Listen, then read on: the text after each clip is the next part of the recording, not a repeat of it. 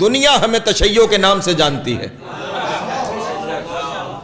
وہ دنیا جن کو تشیع کے نام سے جانتی ہے ان کے عقائد کو سمجھے کہ ان کے عقائد ہیں کیا.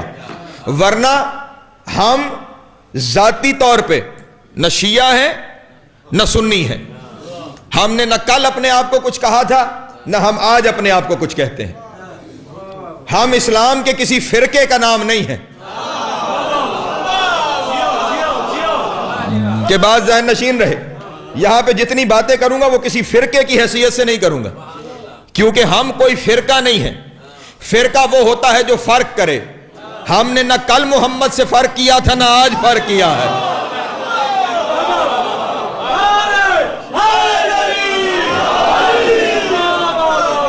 اگر ہم نے سلامت رہے, مولا آپ کو عزت عطا فرمائے, اگر ہم نے فرق کیا ہوتا تو پھر ہم فرقہ بنتے. نہ ہم نے کل فرق کیا تھا نہ ہم نے آج فرق کیا ہے.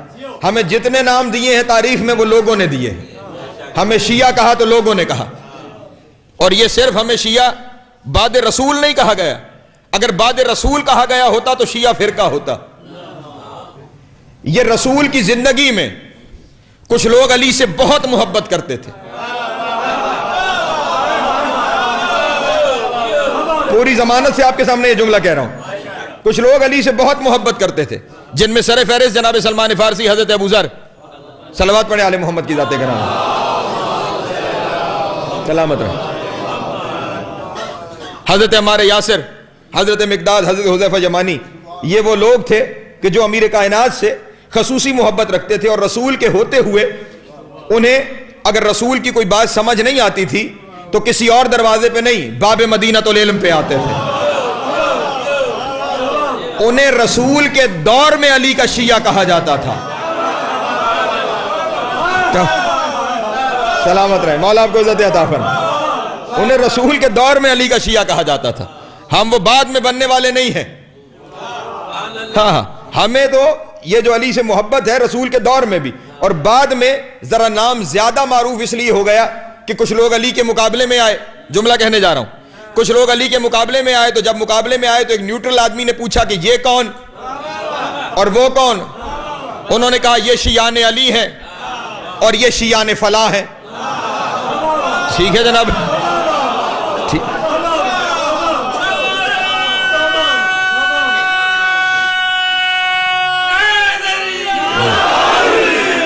ہاں, ہمارے یہاں توہین کا معاملہ نہیں ہوتا. میں پہلے دن آن ریکارڈ یہ چیزیں کہہ رہا ہوں. ہمارے یہاں صرف بیان حق ہوتا ہے بس. ہاں, ہم تو دیکھیں, ہم جو ہیں وہ کچھ چیزیں ماننے کی وجہ سے اور کچھ چیزیں نہ ماننے کی وجہ سے ہیں. ہمارا ہونا ہی اس بات کی دلیل ہے کہ ہم یہ مانتے ہیں اور ہم یہ نہیں مانتے. ٹھیک ہے جناب, اگر ہم یہ بھی مان لیں اور وہ بھی مان لیں تو پھر ہم بھی وہی ہیں.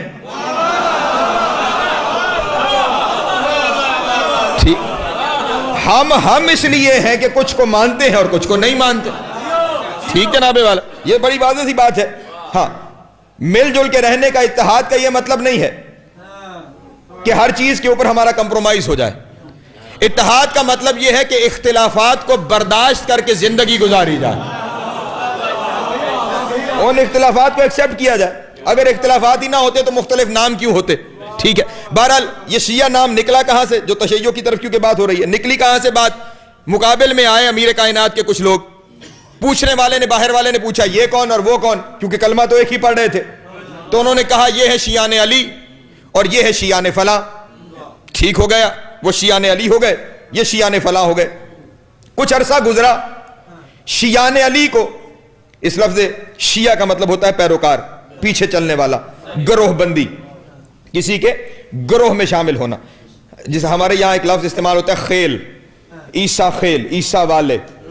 ٹھیک ہے, موسیٰ خیل, موسیٰ والے, یعنی شیعہ خیل جو کسی کے گروپ کا حصہ ہوں, کسی کے پیچھے چلنے والے ہوں, کسی کے پاؤں پہ پاؤں رکھتے ہوئے اس کی اتباع کرنے والے ہوں. یہ ہیں شیعان علی, یہ ہے شیعان فلاں. وقت گزرا, وقت گزرنے کے بعد شیعان علی تو باقی ہیں.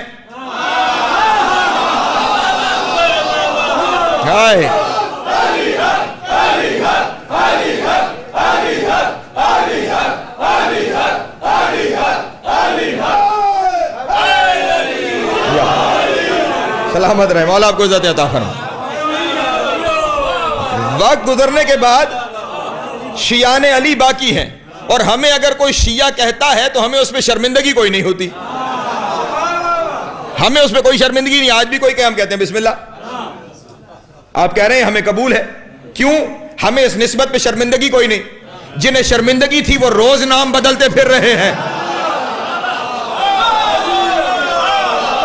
وہاں پہ سلامت رہے، مولا آپ کو عزت عطا فرمائے، وہاں پہ ہر روز ناموں میں تبدیلی ہے، لیکن ہمیں اس نسبت پہ آپ نے کہہ دیا، ہم نے مان لیا، کیونکہ اس نسبت میں شرمندگی کی بات کوئی نہیں تھی۔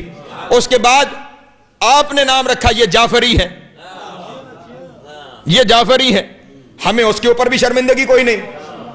کسے شرمندگی ہوگی؟ صادق آل محمد سے نسبت پر۔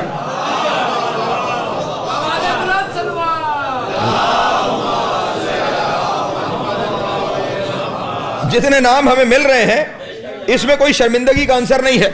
پھر ہمیں رافضی کہا گیا، رافضی کہتے ہیں رفض کرنے والے کو۔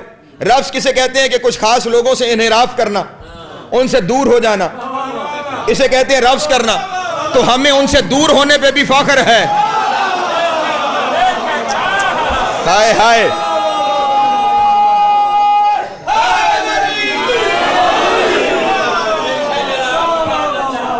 سیدھی سی بات، ہمیں دیکھیں نا، دو لوگ ہیں آمنے سامنے، ٹھیک ہے، ان دونوں میں سے ایک کے قریب ہوں گے تو دوسرے سے دور، دوسرے کے قریب ہوں گے تو پہلے سے دور۔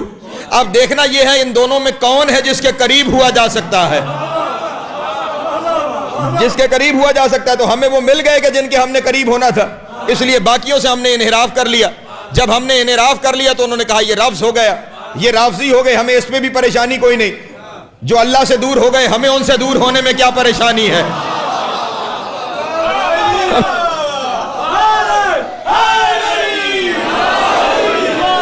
ہمیں ان سے ہٹ جانے میں کون سی پریشانی ہے؟ اس لیے ہمیں اپنی اس نسبت پر بھی نہ کل شرمندگی تھی نہ آج شرمندگی ہے، ٹھیک ہے عزیزان گرامی۔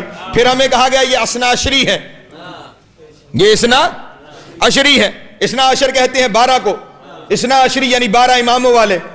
تو جناب والا ہمیں ان 12 اماموں سے نسبت پر بھی کوئی شرمندگی نہیں، کیونکہ قیامت کے دن ہم نے اٹھنا جو ان کے نام پہ ہے۔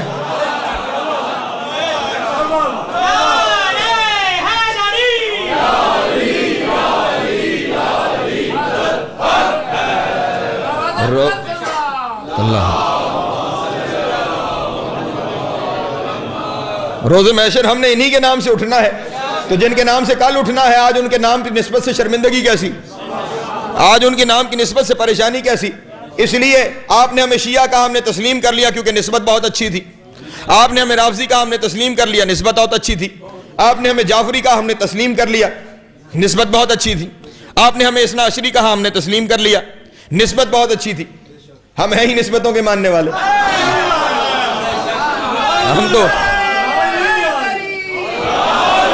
ہم تو چل ہی نسبتوں کے پیچھے رہے ہیں۔ اور صرف ہم نہیں، جس مذہب کی حقانیت کی بات ہو رہی ہے یہ سارا مذہب ہے ہی نسبتوں پر۔ ہاں ہاں، جس مصطفیٰ کا کلمہ پڑھنے کی وجہ سے ہم مسلمان ہیں، نسبت کیا ہے؟ رسول اللہ، اللہ کا رسول، اللہ کے ساتھ نسبت ہے نا، تو پھر اس کا مطلب رسالت بھی نسبت پہ ہے۔ جس ولی کا کلمہ پڑھ رہے ہیں وہ کیا ہے؟ علی ولی اللہ۔ توجہ ہے میرے محترم دوستوں کی؟ پہلی تقریر میں اس منزل پہ واضح کر دوں اپنے دوستوں کے سامنے، ہم علی اللہ والے نہیں، علی ولی اللہ والے ہیں۔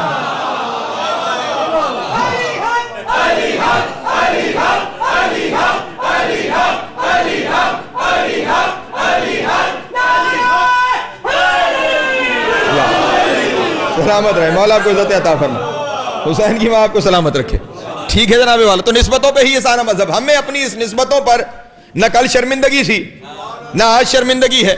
لیکن پھر کہہ رہا ہوں، جتنے نام ہیں یہ آپ نے دیے ہیں، ان میں سے اپنا کوئی نام بھی ہم نے خود کبھی نہیں رکھا، ہر نام آپ کی طرف سے دیا ہوا ہے، اور آپ کی مہربانی ہے اتنا اچھا دیا، ہمیں پریشانی کوئی نہیں ہوئی، ہم اسے اپنے ساتھ قبول کرتے چلے گئے۔ اگر آپ اس طرح پہچانتے ہو تو پہچانو، آپ یوں پہچانتے ہو تو پہچانو، آپ یوں پہچانتے ہو تو پہچانو، جس طرح آپ کا جی چاہتا ہے پہچانتے چلے جاؤ۔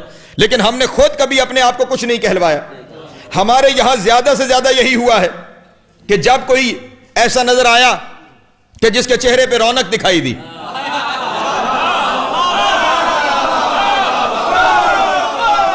جی ہو اگر میری بات پہنچ رہی ہو،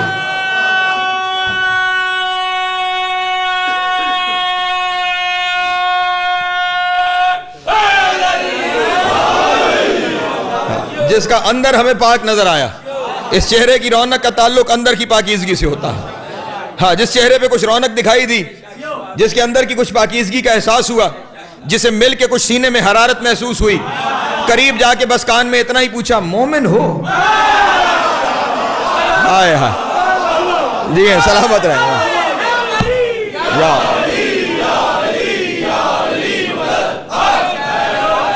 سلامت رہیں اللہ.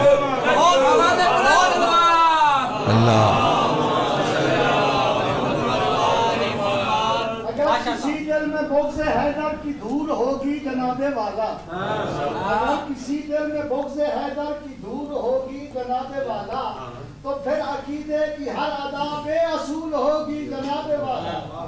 بروز معاشر اگر کسی سے نبی کی بیٹی خفا ہو، تو پھر بہشت بری کی خواہش فضول ہوگی جناب والا. سلامت رہے، مولا آپ کو عزت عطا فرمائے. ہم نے بس اپنا تعارف یہی رکھا، مومن. ایمان ہمارا تعارف،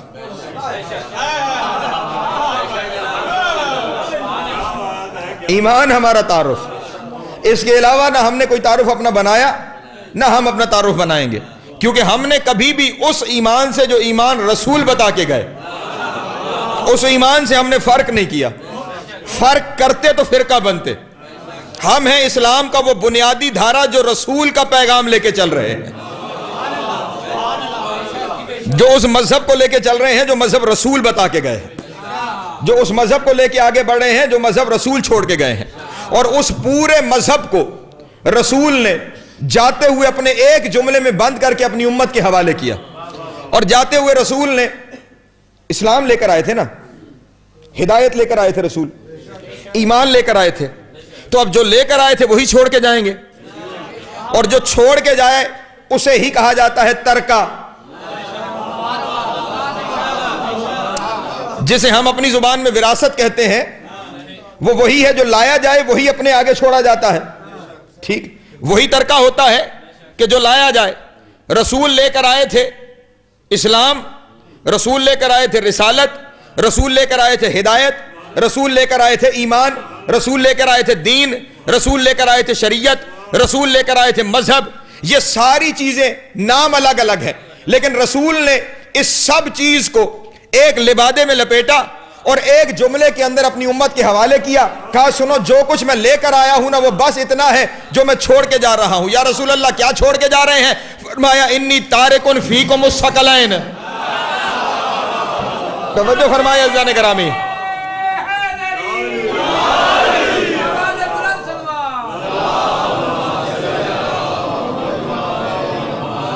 انی تارکن فیکم الثقلین، میں تمہارے درمیان دو گراں قدر چیزیں چھوڑ کے جا رہا ہوں. تارک، ترکے کے طور پہ دو چیزیں چھوڑ رہا ہوں.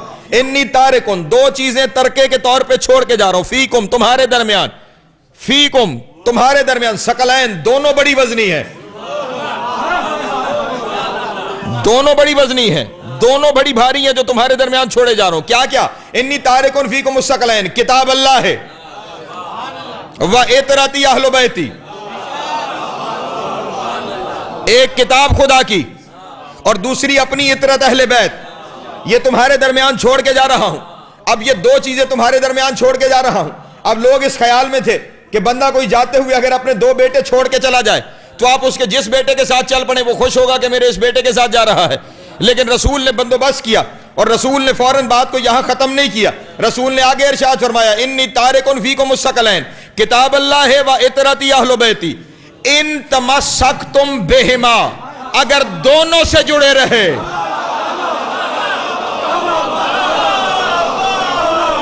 سلامت رہے، مولا آپ کو عزت ہے، زندگیاں دراز ہو، مولا آپ کو عزت عطا فرمائے. کوشش کروں گا کہ اس تمام عشرے کے دوران کوئی ایک بات بھی ایسی نہ ہونے پائے جسے طرفین میں سے کوئی جھٹلا سکے. انی تارکن فیکم الثقلین، دو چیزیں چھوڑ کے جا رہا ہوں. کتاب اللہ ہے، اللہ کی کتاب، و اطرتی اہل بیتی، اور اپنی اطرت اہل بیت. کتاب اللہ کی، اطرت میری.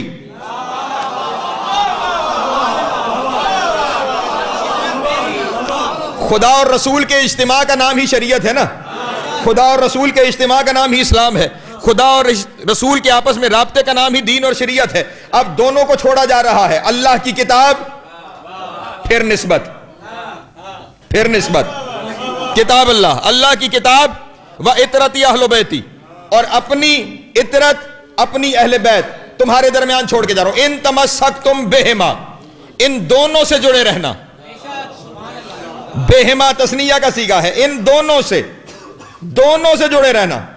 دونوں سے رسول شرط لگا کے جا رہے ہیں، دونوں سے جڑے رہنا. اگر دونوں سے جڑے رہے تو ان تمسکتم، یہ پھر ان شرطیہ کا آ رہا ہے. ان تمسکتم بہما، اگر تم ان دونوں سے، اگر لگا کر رسول نے بات کو پھر مضبوط کیا.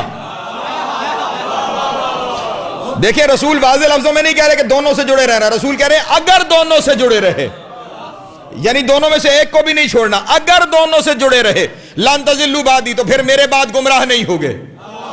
اس کا مطلب ہدایت اور اسلام پہ وہ رہے گا جو دونوں سے جڑ گیا، جس نے کتاب کا دامن بھی نہیں چھوڑا، جس نے اہل بیت کا دامن بھی کاظمی صاحب نہیں چھوڑا. جو دونوں سے جڑا رہ گیا وہ رسول کے بعد گمراہ نہیں ہوگا، وہ ہدایت پہ رہے گا جو دونوں سے جڑا رہ گیا. اس کا مطلب جو دونوں سے جڑا رہے گا وہ رسول سے فرق نہیں کرے گا. نہیں توجہ فرمائی آپ نے. جو دونوں سے جڑا رہے گا وہ رسول سے فرق نہیں کرے گا. جو رسول سے فرق نہیں کرے گا وہ فرقہ نہیں بنے گا. توجہ ہے میرے محترم دوستوں کی.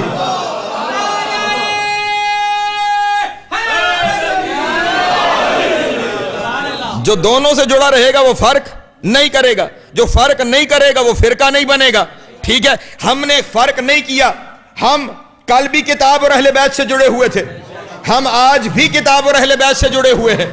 اس لیے نہ کل فرق کیا تھا کہ فرقہ کہلاتے، نہ آج فرق کر رہے ہیں کہ فرقہ کہلائیں.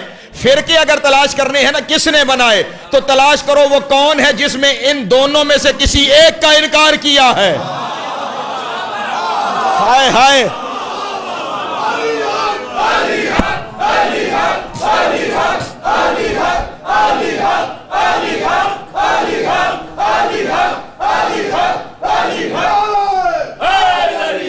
یا پھر اللہ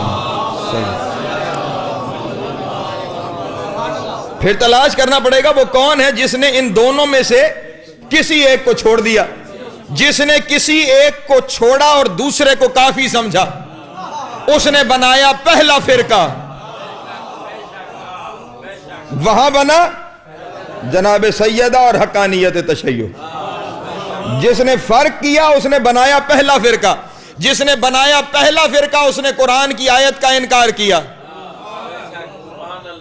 اب ہر ایک چیز آپ کے سامنے اگر مجھے 10 سال پڑھنے کے بعد بھی بیان کرنی ہے، خداوند عالم نے قرآن مجید میں ارشاد فرمایا تھا وَاعْتَصِمُوا بِحَبْلِ اللَّهِ جَمِيعًا وَلَا تَفَرَّقُوا، اللہ کی رسی کو مضبوطی سے تھامے رہو، تفرقے میں نہ پڑو.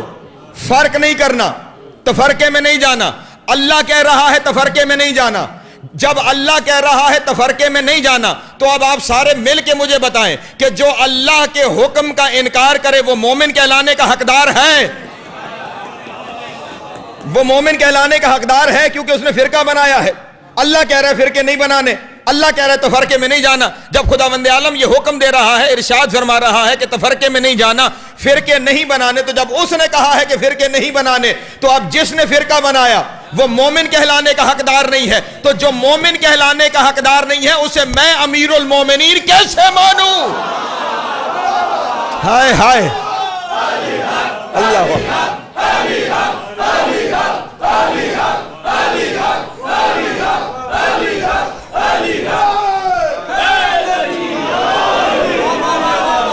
سلامت رہے. مولا آپ کو عزت عطا فرمائے. حسین کی ماں آپ کو سلامت رکھے.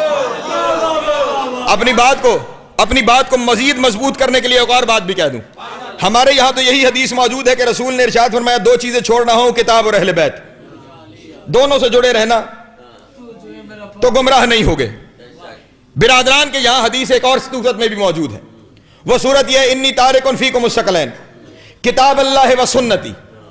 میں تمہارے درمیان دو چیزیں چھوڑ کے جا رہا ہوں, کتاب اور میری سنت. ٹھیک ہے, اگر دونوں سے جڑے رہے تو گمراہ نہیں ہوگے. اس کا مطلب دو چیزیں پھر آپ نہ مانیے اہل بیت, چھوڑ کے تو رسول دو چیزیں جا رہے ہیں, چھوڑی تو دو ہی چیزیں ہیں, ایک کتاب اور ایک سنت. اور پھر اس کے آگے بھی حصہ یہی ہے ان تمسکتم بہما, اگر دونوں سے جڑے رہے, اگر دونوں سے جڑے رہے تو پھر تم گمراہ نہیں ہوگے. دونوں سے جڑے رہنا ہے, کتاب سے بھی اور سنت سے بھی. سنت کیا ہے؟ جو رسول کر کے دکھائے وہ سنت. توجہ نہیں عزیزان گرامی کی.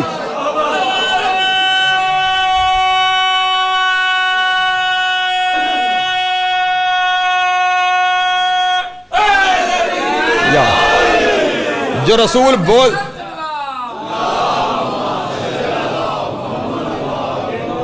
رسول بول دیں وہ سنت, اور جو رسول لکھ دیں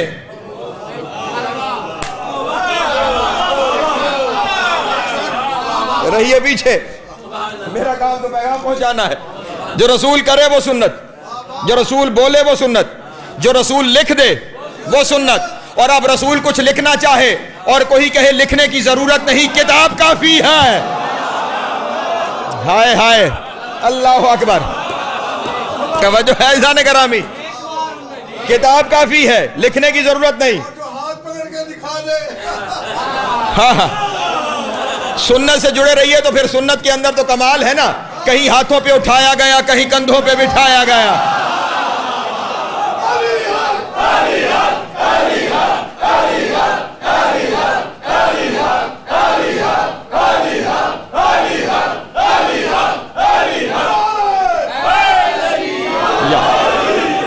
سلامت رہے, مولا آپ کو عزت عطا فرمائے, حسین کی ماں آپ کو سلامت رکھے. میں آج کی حد تک گفتگو کو سمیٹوں, کل مہربانی فرمائے 8:30 بجے تشریف لے آئیں. جتنی تعداد میں ابھی آگے 8:30 بجے پہنچ جائیں گے, میرے لیے باتیں پہنچانا آسان ہو جائے گا. دو چیزیں رسول چھوڑ رہے ہیں, اہل بیت, قرآن. قرآن کے اوپر, قرآن کے متن کے اوپر مابین مسالک جتنے موجود ہیں کوئی اختلاف نہیں. یہی جو متن قرآن ہے. اگر کہیں کسی جگہ پہ کسی نے اختلاف کیا بھی ہے تو وہ ترتیب کے اوپر, ورنہ متن قرآن کے اوپر کوئی اختلاف نہیں. قرآن کا متن یہی ہے. کہیں اختلاف ہوا تو کہیں ترتیب پہ اگر ہوا تو ہو گیا, وہ بھی ہمارے یہاں نہیں, وہاں ہے متن کے اوپر کوئی اختلاف نہیں, ترتیب کے اوپر کہیں اختلاف ہوا تو ہو گیا. تفسیر میں کسی نے اختلاف کر دیا تو کر دیا, متن قرآن کے اوپر کسی جگہ پہ کوئی اختلاف موجود نہیں ہے. اس پہ تو ہو گئے ہم اکٹھے. اس کے بعد اگلی بات آ گئی اہل بیت. ہمارا موضوع ہے مذہب حقہ اور جناب سیدۃ النساء, سیدۃ النساء اور حقانیت مذہب تشیع.